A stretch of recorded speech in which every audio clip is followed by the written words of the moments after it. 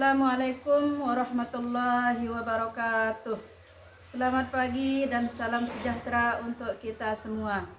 Perkenalkan, nama saya Robiatun Adawiyah. Saya adalah guru sejarah kebudayaan Islam di Madrasah Sanawiyah NWDI Wakan. Pada hari ini, Rabu, tanggal 21 Januari 2026. Saya akan melaksanakan praktik pembelajaran dalam rangka uji kinerja PPG Transformasi Batch 4 di lingkungan Kementerian Agama tahun 2025. Saya tercatat sebagai mahasiswa PPG di LP3 YIN Langsa Aceh dengan nomor ujian 502 031 451 9001, NIM 107 202 530 782. Praktik pembelajaran kali ini akan saya laksanakan di kelas 7 dengan materi pola dakwah Nabi Muhammad SAW di Madinah. Mohon doa dan masukannya agar video pembelajaran ini dapat memberikan manfaat. Selamat menyaksikan. Wassalamualaikum warahmatullahi wabarakatuh.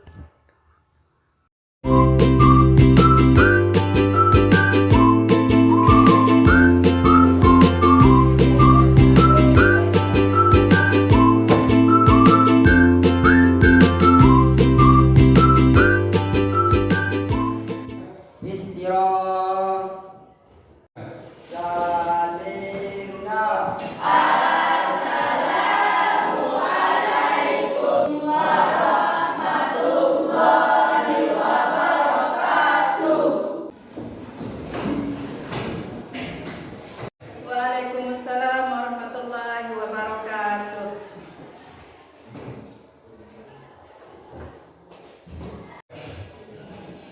Baiklah anak-anakku semua, sebelum kita mulai pembelajaran hari ini, agar lebih barokahnya kita awali dengan doa. Ayo ketua kelas pimpin baca doa. Mari kita sama-sama berdoa. Berdoa dimulai.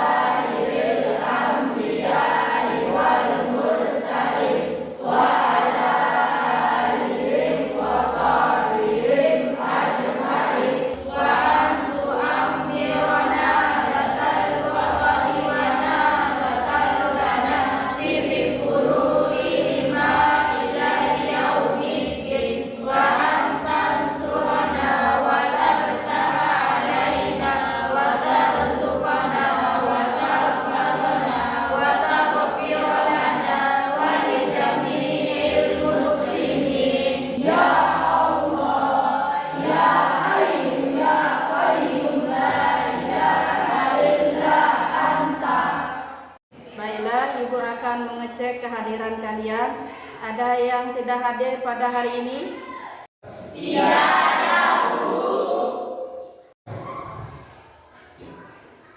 Agung Ilham Santoso? Hadir. Bunga Maulida? Hadir. Zainul Hariri? Hadir. Baiklah, sebelum Ibu lanjut ke materi selanjutnya, Ibu akan mengingatkan kalian masalah materi minggu lalu, yakni mengenai hijrah Nabi Muhammad SAW ke Madinah. Ada yang masih ingat apa arti dari hijrah menurut istilah dan bahasa? Ada yang bisa? Saya, Bu. Hijrah menurut bahasa berarti menjauhkan diri dan berpindah tempat. Hijrah menurut istilah kegiatan perpindahan yang dilakukan oleh Nabi Muhammad SAW. Bagus, berarti kalian sudah paham ya, masih ingat dengan materi pembelajaran kita minggu lalu. Aplaus untuk Marvin.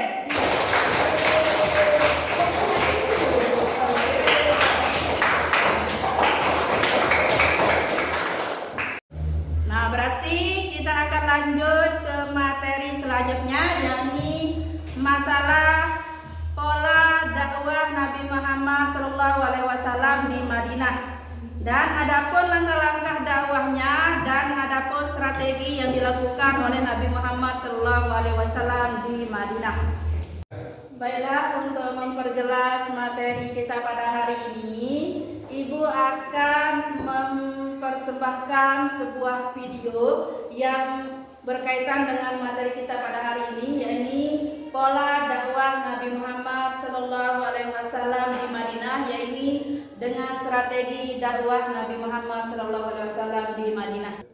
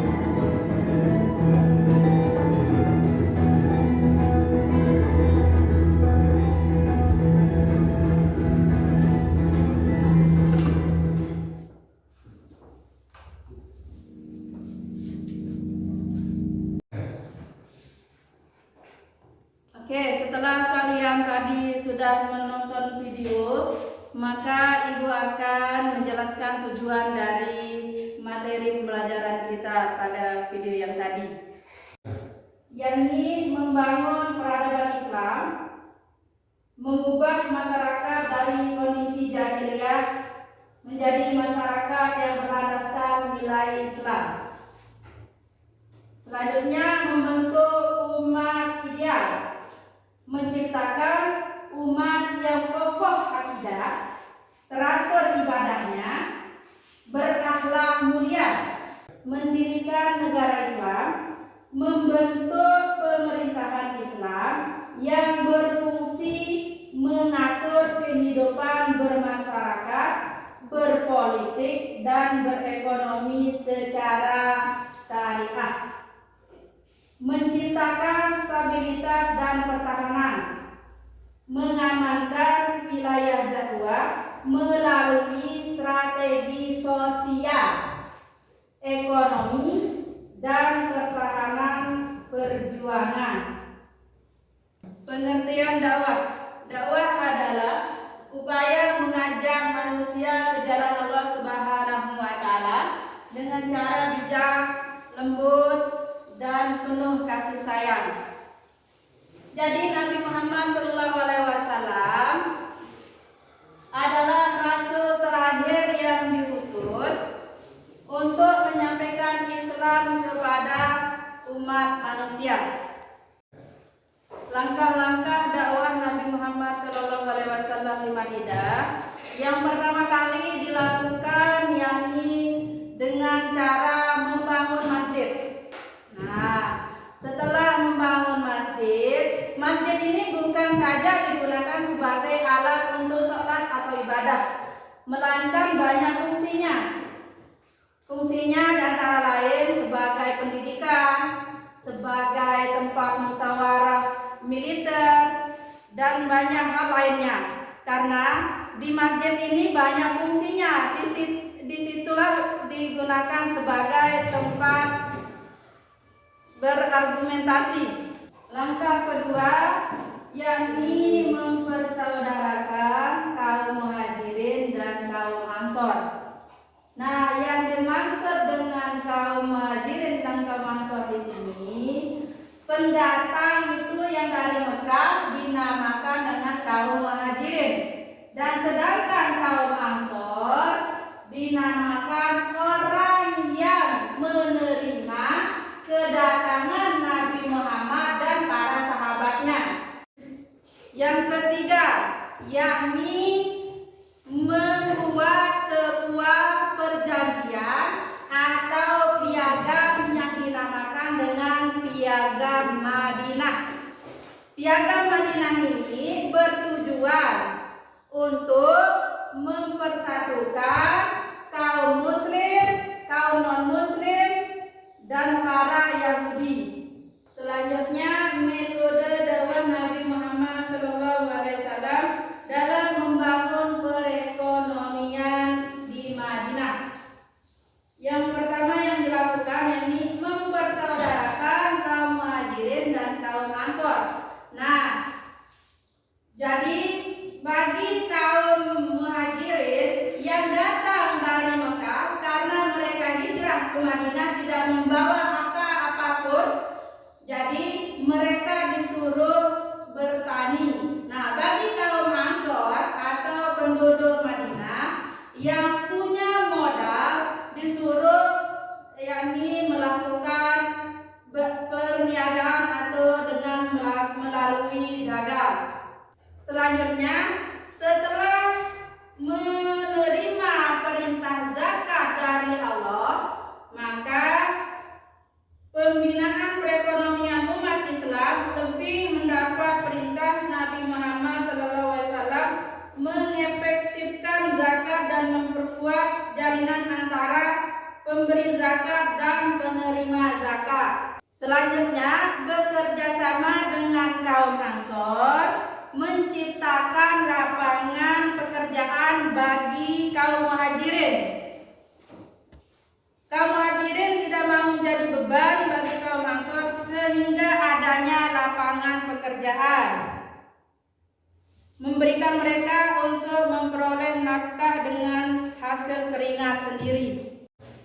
Dari langkah-langkah dan metode yang dilakukan oleh Nabi Muhammad SAW dalam dakwahnya di Madinah, adapun keberhasilannya adalah Islam berkembang pesat. Jadi agama Islam itu dengan cepatnya berkembang, ya. Dan seterusnya masyarakat hidup damai dan berakhlak. Jadi hidup damai, tidak ada pertikaian, tidak ada perpecahan. Jadi pokoknya di Madinah itu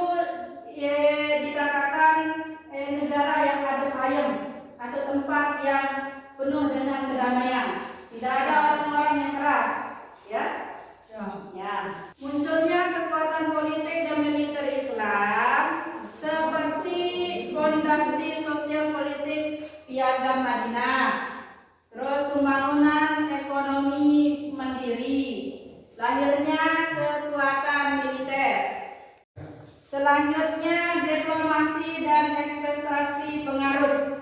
Jadi kesimpulannya, keberhasilan dakwah Nabi di Madinah terjadi karena Nabi Muhammad SAW berhasil mengintegrasikan iman dengan sistem sosial yang adil.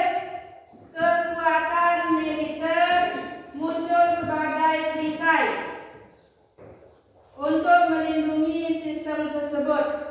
Sementara kekuatan politik muncul dari kepercayaan masyarakat terhadap kepemimpinan beliau. Jadi, dari materi yang Ibu sudah jelaskan tadi, kita dapat memetik hikmahnya, yakni seperti sabar dan konsisten dalam menyampaikan kebaikan. Jadi kita itu harus sabar dalam beri informasi ataupun apapun. Dan selanjutnya yakni mengedepankan akhlak dan kasih sayang. Kita itu harus berakhlakul karimah, ya, dan penuh dengan kasih sayang. Karena apa? Karena di Madinah itu orang-orangnya selalu damai dan tentram dan penuh dengan kasih sayang tanpa ada pertikaian. Selanjutnya, bijak dalam menghadapi tantangan. Nah, tatkala kita diuji, tatkala kita mendapat rintangan, kita harus menghadapi dengan secara bijaksana, ya, menerima dengan ikhlas hati, ya. Selanjutnya, pentingnya strategi dan persaudaraan. Jadi, tatkala kita saling menghargai satu sama lain, maka tidak akan ada perpecahan di antara kita. Ya, jadi kalian harus ingat, kalian ini semua adalah saudara. Jadi kalau ada temannya yang negur, misalkan kalian itu ada kesalahan, ya terima, ya. Baiklah anak-anak, untuk mengukur kemampuan kalian sejauh mana, Ibu akan memberikan pertanyaan. Jadi, bagi siapa yang bisa menjawab, angkat tangan. Siap, Bu. Soal yang pertama, analisislah langkah pertama yang dilakukan Nabi Muhammad SAW setibanya di Madinah, yaitu membangun Masjid Nabawi. Mengapa pembangunan Masjid Nabawi prioritas utama secara sosiopolitik? Jawab, ada yang bisa? Saya, Bu. Pembangunan Masjid Nabawi bukan hanya sebagai tempat ibadah ritual, tetapi sebagai pusat peradaban secara sosiopolitik. Masjid berfungsi sebagai satu, tempat mempersatukan umat Islam yang baru Hijriah. Dua, balai pertemuan untuk bermusyawarah mengenai urusan negara dan strategi perang. Tiga, pusat informasi serta empat, tempat pembinaan sosial ekonomi. Dengan adanya masjid, komunikasi Muslim memiliki titik temu pusat yang memperkuat identitas mereka di tengah kemajuan Madinah. Kasih aplaus untuk Henry Kurniawan.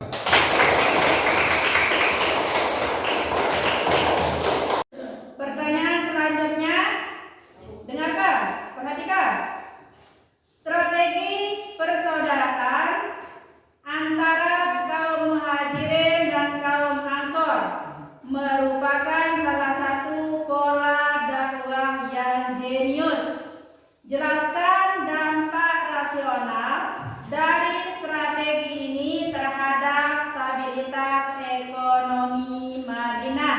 Ayo, siapa yang bisa angkat tangan? Saya, Bu. Kaum Muhajirin datang ke Madinah tanpa membawa harta benda yang berpotensi menimbulkan krisis ekonomi dan kesenjangan sosial dengan mempersaudarakan mereka secara personal dengan kaum Ansar. Nabi menciptakan sistem jaminan sosial berbaris keluargaan. Kaum Ansar membantu modal dan tempat tinggal, sementara Muhajirin menyumbangkan tenaga dan kehilangan dagang. Dampaknya beban ekonomi negara teratasi melalui solidaritas masyarakat tanpa bergantung pada bantuan luar, sehingga stabilitas internal tetap terjaga. Oke, kasih aplaus untuk Alvin.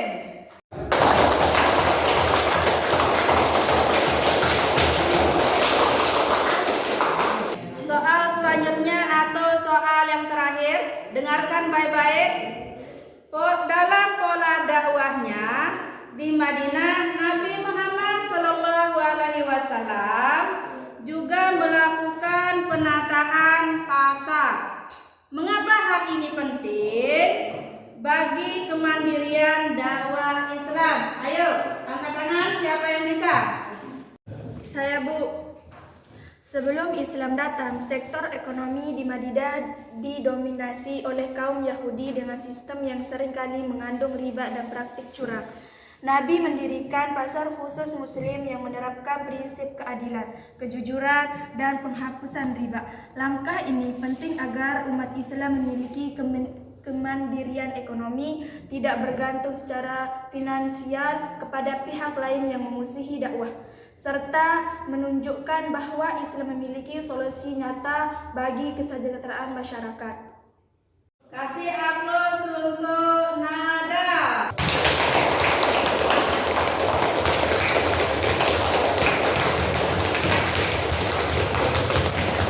Baiklah, setelah Ibu tadi sudah kasih kalian pertanyaan, sekarang Ibu akan membagi kalian dalam bentuk kelompok. Kita akan diskusi. Ibu akan membagi kalian menjadi 3 kelompok. Dalam setiap kelompok, kelompoknya terdiri dari 5 dan 6 orang. Setelah Ibu bagi kelompok, sekarang Ibu akan memberikan kalian tugas masing-masing.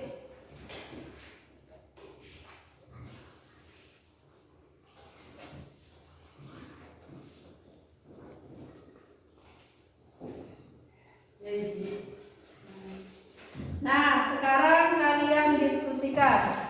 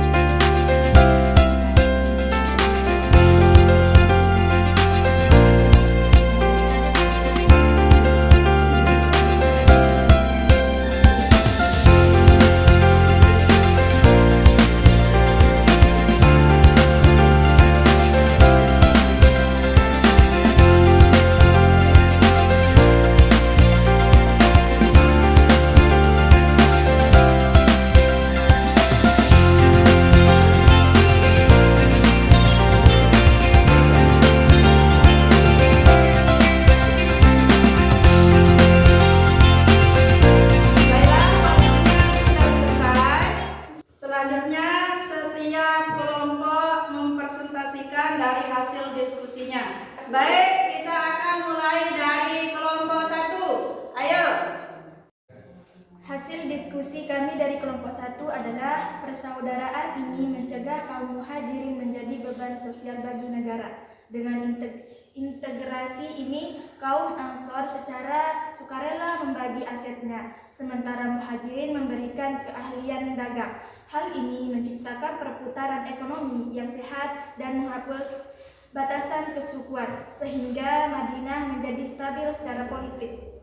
Oke, selanjutnya kelompok 2. Hasil dari diskusi dari kelompok 2 adalah kemandirian ekonomi berarti kedaulatan politik. Dengan pasar sendiri, umat Islam bisa menerapkan etika bisnis yang adil tanpa riba dan tidak bisa ditekan secara ekonomi oleh pihak lawan. Ini menarik simpati masyarakat luas yang menginginkan sistem perdagangan yang lebih transparan dan tidak menindas. Selanjutnya giliran kelompok 3. Hasil diskusi dari kelompok 3 adalah persaudaraan ini mencegah kaum muhajirin menjadi beban sosial bagi negara. Dengan integrasi ini, kaum Ansar secara sukarela membagi asetnya, sementara muhajirin memberikan keahlian. Dengan hal ini menciptakan berpusatnya ekonomi yang sehat dan menghapus batasan kesukaan, sehingga Madinah menjadi stabil secara politik. Baik, kita kasih aplaus untuk semua kelompok.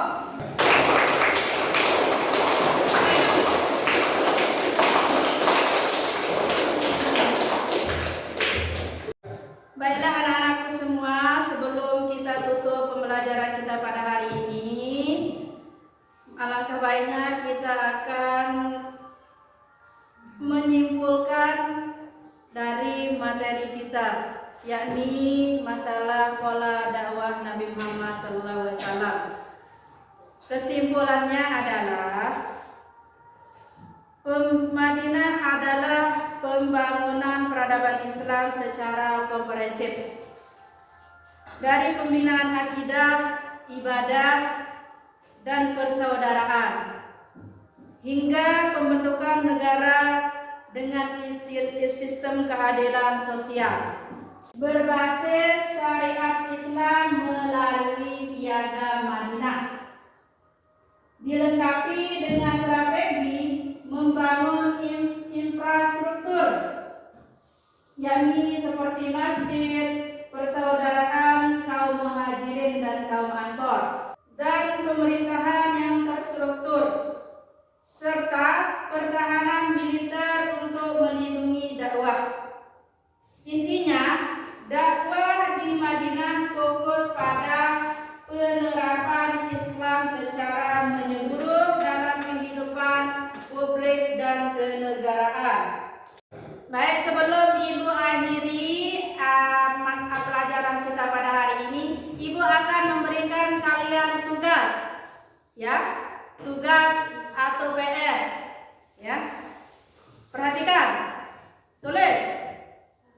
Carilah informasi tentang pola dakwah yang diterapkan oleh para ulama di Indonesia, seperti pola dakwah para ulama sebelum kemerdekaan, masa Orde Lama, Orde Baru, atau masa reformasi.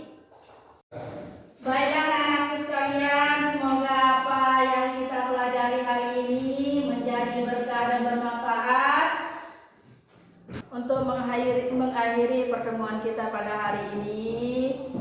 Kita akhiri dengan membaca doa. Ayo ketua kelas, pimpin membaca doa. Mari kita sama-sama berdoa. Berdoa dimulai.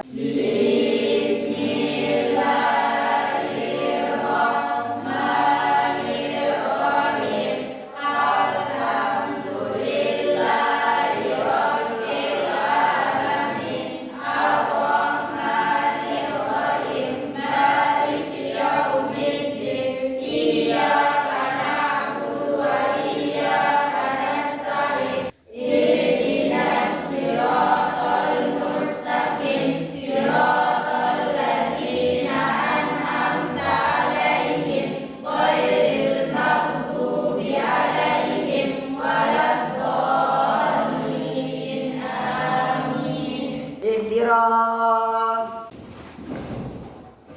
Salam